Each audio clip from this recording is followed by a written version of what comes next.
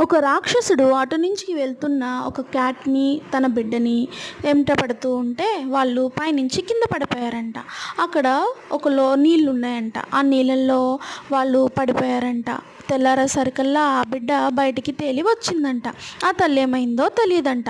అయితే అటుగా వస్తున్న ఒక ర్యాబిట్ ఆ క్యాట్ని చూసి తనను రక్షించిందంట. తను రక్షించి తన నెత్తి మీద ఎక్కించుకుని తన ఇంటికి తీసుకువెళ్ళిందంట.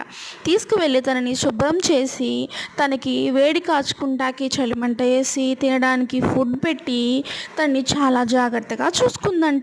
ఆ తర్వాత రోజు అప్పటి నుంచి ప్రతిరోజు సేమ్ అదే ప్లేస్కి ఎక్కడైతే వాళ్ళు పడిపోయారో, ఎక్కడైతే తను కనిపించిందో ఆ ప్లేస్లోనే తన తల్లి కూడా కనిపిస్తుందని చూస్తూ ఉండగా ఒకరోజు తన తల్లి ఎముకలు గుడిగా కనిపించిందంట.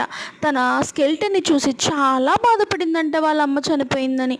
ఎందుకంటే అదే గౌన్ కాబట్టి